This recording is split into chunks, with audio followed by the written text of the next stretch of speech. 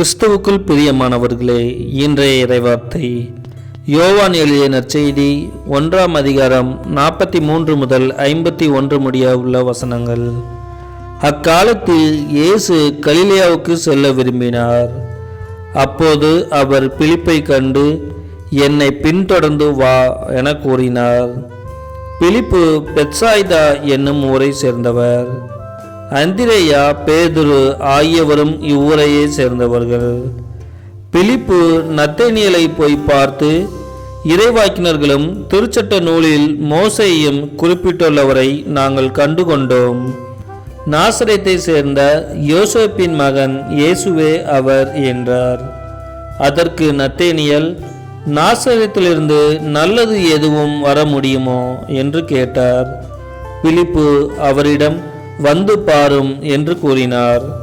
நத்தனியேல் தம்மிடம் வருவதை இயேசு கண்டு, இவர் உண்மையான இஸ்ரேலர், கபடச்சவர் என்று அவரை குறித்து கூறினார்.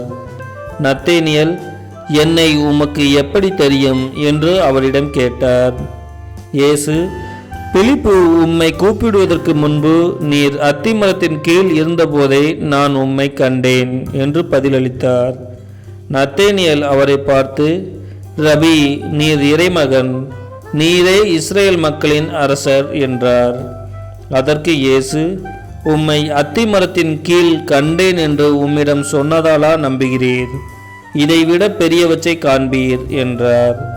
மேலும் வானம் திறந்திருப்பதையும் கடவுளின் தூதர்கள் மானிட மகன் மீது ஏறுவதையும் இறங்குவதையும் காண்பீர்கள் என மிக உறுதியாக உங்களுக்கு சொல்கிறேன் என்று அவரிடம் கூறினார்.